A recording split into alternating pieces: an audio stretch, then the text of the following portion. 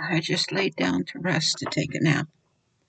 And God gave me a revelation and told me something. And usually, when I wake up and I do this, it may take a long time before this is proven. But I know that He said to me that the drugs in your system, in medication, that the drug people know what they've been doing, and they've been doing it for a long, long time. They didn't just start this yesterday, and how it affects your whole system. It affects your blood and your muscles and everything inside of you, and it affects you in such a way that it even makes your body addicted to it. Not you, it makes your body have to need it in some way. And so what I'm saying to you is this, and doctors make deals with the drug people, and I was going to say deals with the devil, because the doctors only have so much knowledge and so much understanding for those drugs, and they make a decision, like they say, well, the this drug has some side effects and it can kill you, but if I leave you alone, whatever you're suffering from, you're going to die of anyway. So let's just make you comfortable while you're going. And that's pretty much what they do, and they don't tell you that. You're talking to a person here, or a person here is talking to you, that has been through uh, cancer, uh, lupus, fibromyalgia, osteoporosis. They looked for rheumatoid arthritis, uh, sinus troubles so severely that you could not believe it, uh, bowel problems where they took out 8 inches of my bowel. And they will tell you, well, it's what you eat, what you put in. Look, I don't believe that. What I believe is what they've been putting in the air, what they've been putting in and doing to us slowly to have an effect on us. Now, when I say there, I'm not naming anybody. I'm not telling you anybody, but I'm telling you that I don't have any confidence or any trust in scientists. Scientists with medication, scientists with this. I don't. I really, really don't. Because all of those things that they had told me would come upon my body if I didn't do what they said. Uh, I went for like 20, 25 years without any blood thinner. I never needed it. I had terrible heart arrhythmia problems where my heart would go to 225, 199, and it would stay there for long periods of times. And they will tell you that your heart only has a certain amount of beats in your life, and after that it's done.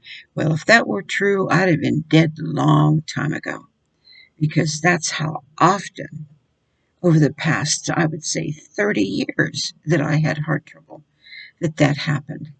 Now I have no heart trouble whatsoever. The doctors have examined me and said that it's uh, excellent. It's pumping excellent. They will tell you so many different things. I'll tackle blood thinner first. When I went into open heart surgery, they uh, they said that they had a curveball. Something hit them that they didn't expect. What that was an allergy reaction to blood thinner.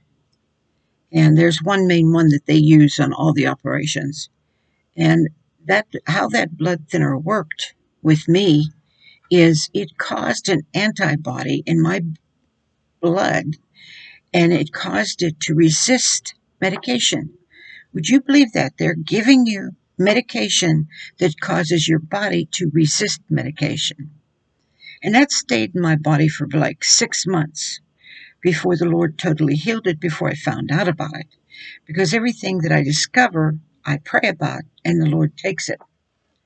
So then this blood thinner situation,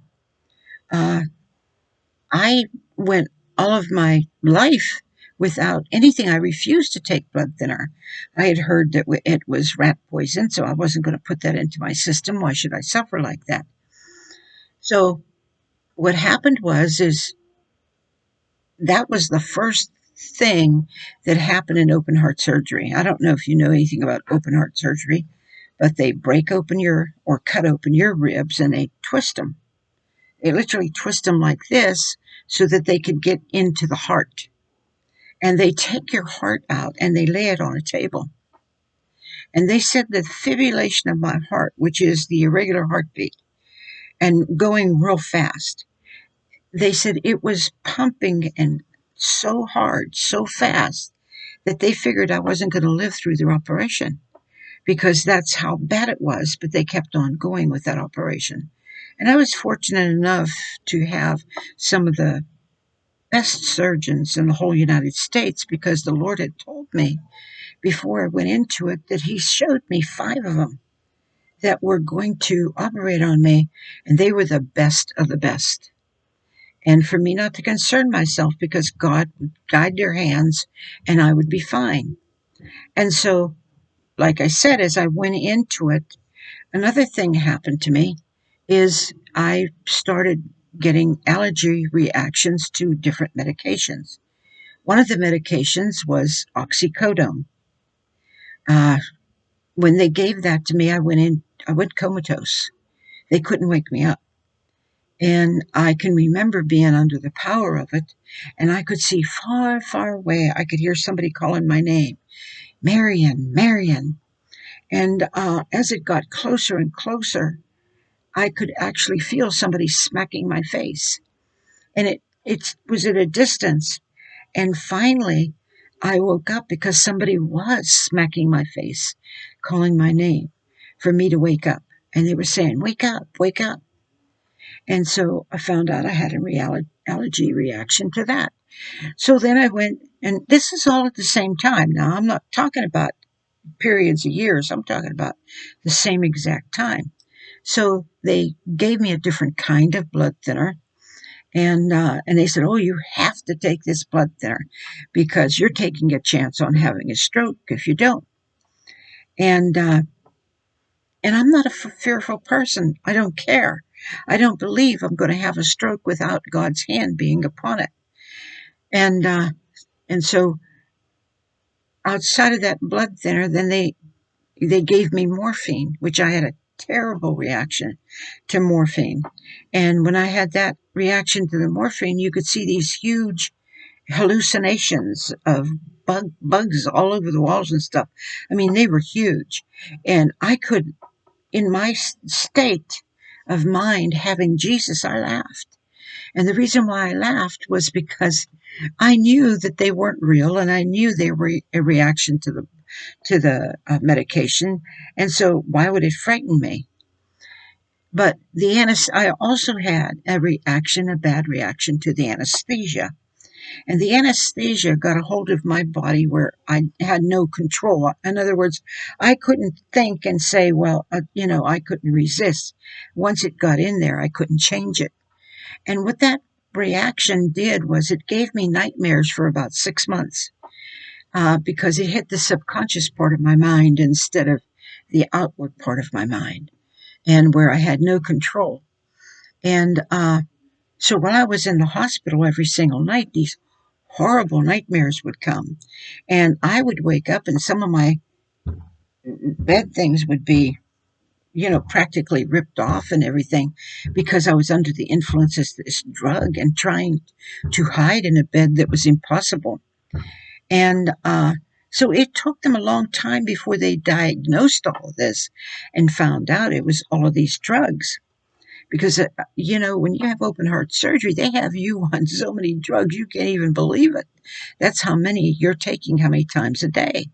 And then I had a digoxin poisoning where it could have killed me, where they were giving me too much of it, which is a functioning of the heart that you had to have. So this list could go on to go into telling you what happened to my body. It caused my hair to fall out. Some people would say to me, why do you not wear long hair. Well, my hair is so thin that when it gets a little bit long, it breaks off and falls out anyway. And I can't afford to have it all over the house because that's what happens. It'll fall. I'll be standing there talking to you and it'll just fall right out. And some of my nails would just chip off, right? They would chip off past the nail line, and they would literally try to break off.